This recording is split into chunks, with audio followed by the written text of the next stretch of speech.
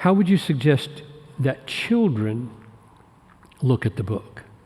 How can we teach them that there's more to see than they are seeing? I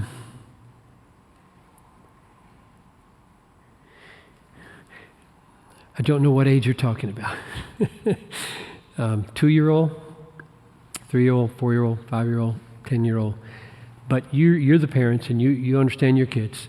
And at every stage of learning to read, I think there are ways to help them attend more carefully to what they read. And probably, you could tell them, use the kind of books where they can circle things, and you might tell them, circle the main person in this page.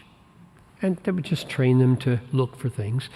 But my guess is, more naturally, the way you're going to teach your kids how to see is by modeling what you see and asking them questions. So they read, run, spot, run. I don't know if they read books like that anymore. And you ask them, what was Spot doing? Did he do it fast? Did he do it slow? Why did he do it? And in asking your students questions, 2, 3, 4 questions about sentences they just read, you train their minds to ask questions about sentences. And then they wouldn't have even thought of, what's the difference between running and walking? If the child was, say, 4, you might say, what's the difference between running and walking? You might say, what's a stupid question? What you want is for them to be able to articulate the obvious. What would they say? They'd probably say, well, running is fast. Walking is slow. Say, good. Get an A on that one.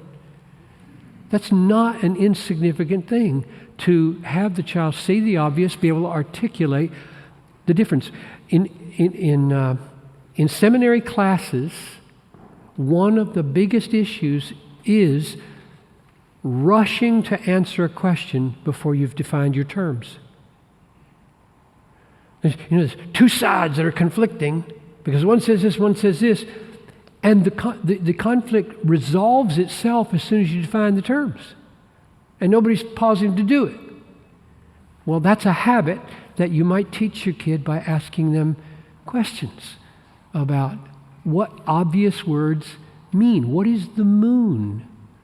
What is the difference between a cat and a dog? That would be a little more challenging, wouldn't it? I wonder what they'd say. Dogs are nice.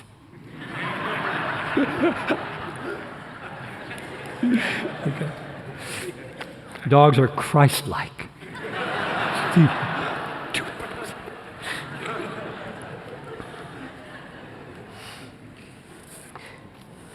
I didn't say anything about golf yet, though, David.